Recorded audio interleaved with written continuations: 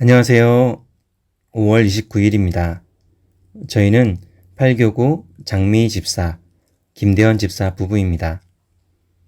오늘 읽을 말씀은 요한복음 11장, 12장 말씀입니다.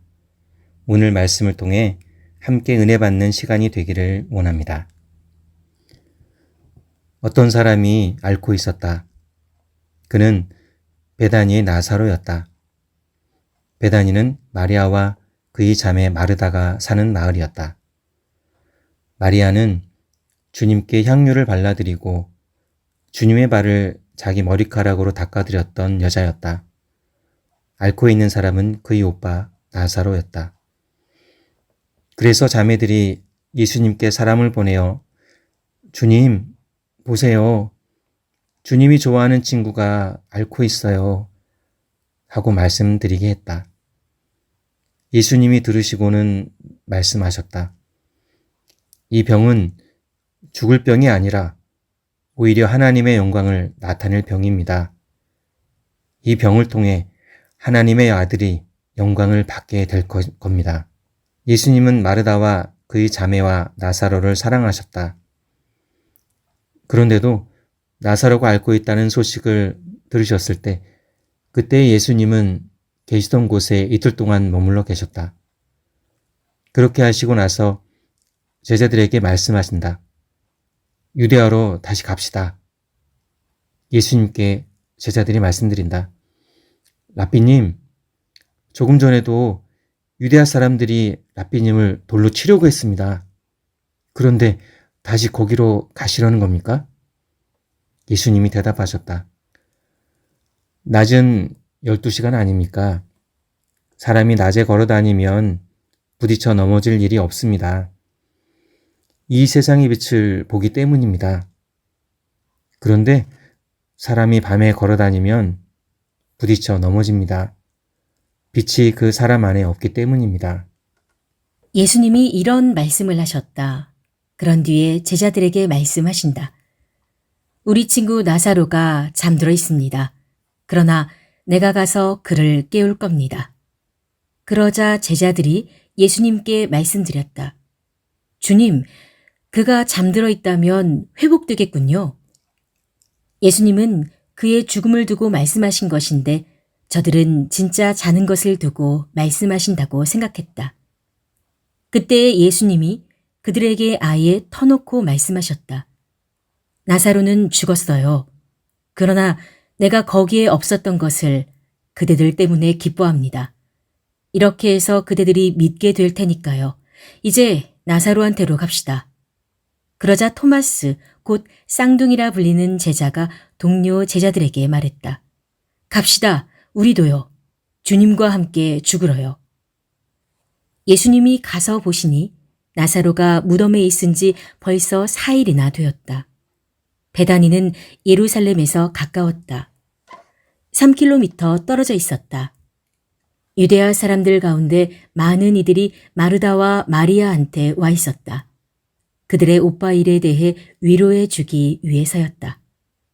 예수님이 오신다는 말을 들었을 때 마르다가 예수님을 만나러 갔다. 그러나 마리아는 집에 앉아 있었다. 마르다가 예수님께 말씀드렸다. 주님이 여기에 계셨더라면 제 형제가 죽지 않았을 겁니다. 그러나 지금도 알고 있습니다. 주님이 하나님께 달라고 하는 것은 무엇이든 하나님이 주실 것을요. 마르다에게 예수님이 말씀하신다. 그대의 형제가 살아 일어날 겁니다. 예수님께 마르다가 말씀드린다. 저도 알고 있습니다. 마지막 날 부활 때에는 그가 살아 일어날 겁니다. 마르다에게 예수님이 말씀하셨다. 나야말로 부활이요 생명입니다. 나를 믿는 사람은 죽어도 살 겁니다. 살아서 나를 믿는 사람은 모두 절대로 영원히 죽지 않을 겁니다. 그대가 이것을 믿나요? 그가 말씀드린다. 그럼요, 주님. 저 자신은 믿어왔습니다. 주님이야말로 그리스도, 하나님의 아들, 곧 세상에 오실 분이십니다. 마르다는 이 말씀을 드리고는 자리를 떴다. 그러고는 자기 자매 마리아를 불러 살짝 말했다. 선생님이 와 계시는데 너를 부르셔. 마리아가 듣고서 서둘러 일어나 예수님께로 갔다. 예수님은 아직 그 마을에 들어가시지 않았고 마르다가 예수님을 만나러 갔던 그곳에 여전히 계셨다. 유대아 사람들이 마리아와 함께 그 집에 있으면서 마리아를 위로해 주고 있었다. 마리아가 서둘러 일어나 나가는 것을 보고는 그들이 따라갔다. 마리아가 무덤으로 가서 거기서 울려는 것이라고 생각했던 것이다. 마리아가 예수님 계신 곳으로 와서 예수님을 보았다. 그러고는 그 발 앞에 엎드려 말씀드렸다. 주님, 주님이 여기에 계셨더라면 저의 형제가 죽지 않았을 겁니다. 예수님이 보시니 마리아가 울고 있었다. 그와 함께 온 유대아 사람들도 울고 있었다. 예수님은 속으로 화가 치밀고 흥분하셨다. 그래서 물으셨다. 그를 어디에 두었소? 그들이 대답한다. 주님, 오셔서 보십시오. 예수님이 눈물을 흘리셨다. 그러자 유대아 사람들이 말했다. 보세요. 예수님이 그를 얼마나 좋아하셨는지를요. 그러나 그들 가운데 어떤 사람들은 말했다. 시각장애인의 눈을 열어주신 이분이 이 사람도 죽지 않도록 해 주실 수는 없었던 걸까요? 예수님이 속으로 다시 화가 치밀어 무덤으로 가신다. 무덤은 동굴이었는데 입구에 돌이 놓여 있었다. 예수님이 말씀하신다. 돌을 치우시오. 이미 삶을 끝마친 사람의 자매 마르다가 말씀드린다. 주님, 벌써 냄새가 납니다. 4일이나 되었거든요. 예수님이 말씀하신다. 그대에게 말하지 않았나요? 믿으면 하나님의 영광을 볼 거라고요. 그리하여 사람들이 돌을 치웠다. 그러자 예수님이 눈을 위로 치켜드시고는 말씀하셨다. 아버지, 내 말을 들어주셔서 감사합니다. 나 자신은 알았습니다. 아버지께서는 내 말을 늘 들어주신다는 것을요. 하지만 둘러서 있는 무리 때문에 말씀드린 겁니다. 아버지께서 친히 나를 보내신 것을 그들이 믿도록 하려고요.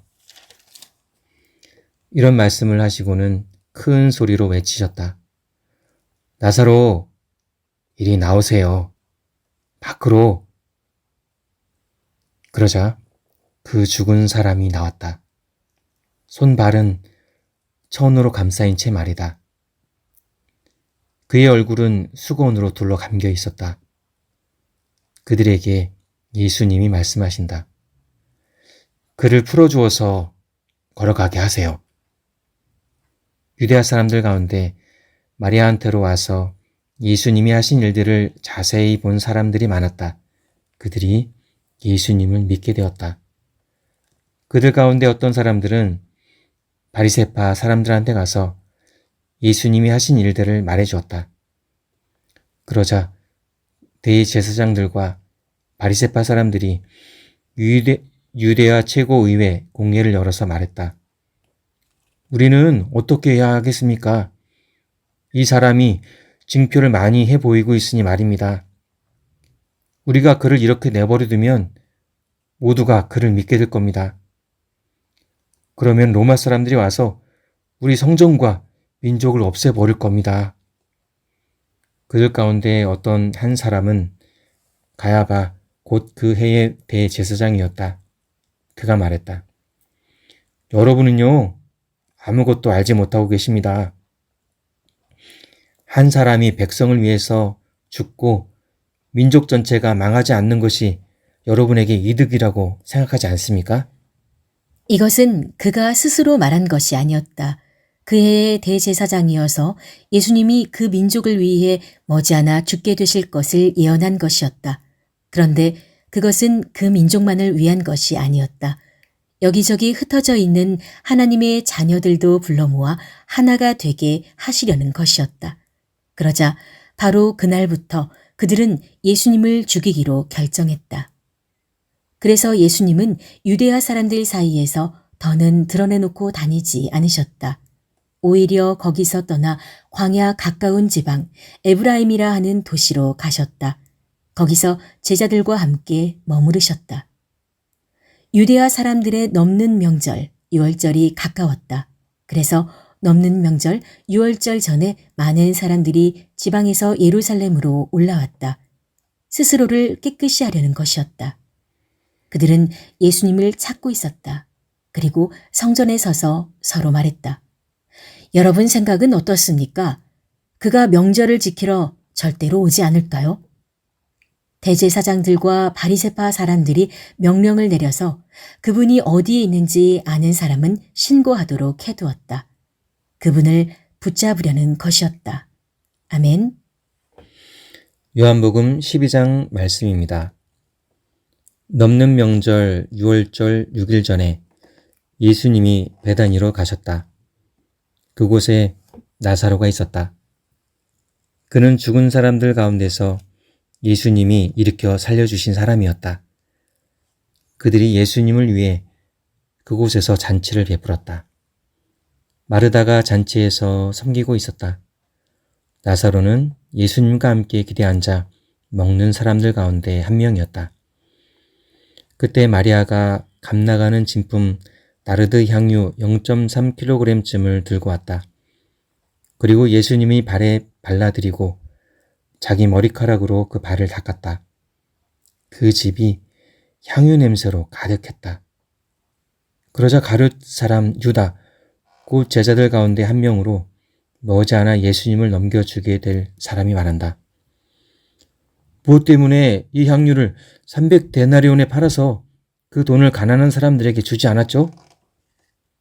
그가 이 말을 한 것은 가난한 사람들을 걱정해서가 아니었다.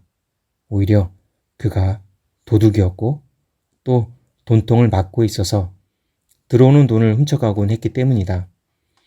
그러자 예수님이 말씀하셨다. 그 여자를 그냥 놔두세요. 내 장례날을 위해 그것을 간직해둔 것입니다. 가난한 사람들은 늘 여러분과 함께 있어요. 그렇지만 나는 늘 있는 게 아닙니다. 유대아 사람들 가운데서 큰 무리가 예수님이 거기 계시다는 것을 알고서 몰려왔다. 예수님 때문만은 아니었다. 나사로도 보려는 것이었다. 그는 죽은 사람들 가운데서 예수님이 일으켜 살리신 사람이었다. 대제사장들은 나사로도 죽이기로 결정했다. 유대아 사람들 가운데 많은 사람들이 나사로 때문에 떠나가서 예수님을 믿었기 때문이다. 다음 날 명절을 지키러 온 큰 무리가 예수님이 예루살렘으로 들어오신다는 소식을 들었다. 그래서 그들이 대추야자나무, 종려나무 가지를 들고 예수님을 맞이하러 나가서 외쳤다. 호산나 찬양받으시기를 주님의 이름으로 오시는 분이 곧 이스라엘의 임금님이. 예수님이 새끼 나귀를 찾아내시고는 그 위에 앉으셨다. 성경에 적혀있는 대로였다. 두려워하지 마라 딸 시온아. 보라 너의 임금님이 오신다. 어린 나귀 위에 앉으셔서. 이런 것들을 예수님의 제자들이 처음에는 알지 못했다. 그러나 예수님이 영광을 받으셨을 때 그때에야 그들이 기억해냈다. 이런 것들이 예수님을 두고 적혀 있는 것이며 사람들이 이런 일들을 예수님께 실행했다는 것을 말이다. 예수님이 나사로를 무덤에서 불러내어 죽은 사람들 가운데서 그를 일으켜 살려주실 때 같이 있었던 무리가 그 일을 계속해서 증언했다. 이 때문에 무리도 예수님을 맞이하러 갔다. 곧 이 징표를 예수님이 해 보이셨다는 것을 그들이 들었기 때문이다. 그러자 바리새파 사람들이 서로 말했다. 지켜보다시피 여러분이 하는 일이 아무런 소용이 없습니다. 보세요. 세상이 그를 뒤따라갔습니다. 명절에 예배하러 올라온 사람들 가운데 그리스 사람들이 몇 명 있었다. 이들이 갈릴레아의 베세다 출신인 필립에게 다가갔다. 그들이 필립에게 요청했다. 필립 선생님, 우리가 예수님을 뵙고 싶습니다. 필립이 가서 안드레에게 말한다. 안드레와 필립이 가서 예수님께 말씀드린다. 예수님이 그들에게 답변하신다. 때가 왔습니다. 이제 인자가 영광을 받게 될 겁니다. 아멘, 아멘. 그대들에게 말합니다. 미래의 씨앗이 땅에 떨어져 죽지 않으면 씨앗 자체만 남습니다. 그러나 죽으면 많은 열매를 맺습니다. 자기 목숨을 대단하게 여기는 사람은 그 목숨을 잃어버립니다. 그러나 이 세상에서 자기 목숨을 돌아보지 않는 사람은 영원한 생명에 이르도록 그 목숨을 지킬 것입니다. 누구든지 나를 섬긴다면 나를 따라와야 합니다. 나 자신이 있는 곳, 거기에 나를 섬기는 사람도 있을 것입니다. 누구든지 나를 섬기면 아버지께서 그를 귀하게 여기실 것입니다. 지금 이 몸이 정신을 차릴 수 없습니다. 무슨 말을 해야 할까요? 아버지, 나를 구원해 주셔서 이 시간을 넘어가게 해 주십시오. 하고 말해야 할까요? 그러나 이 일 때문에 이 시간을 위해 내가 왔습니다. 아버지, 아버지의 이름을 영광스럽게 하십시오. 그러자 하늘에서 소리가 들려왔다.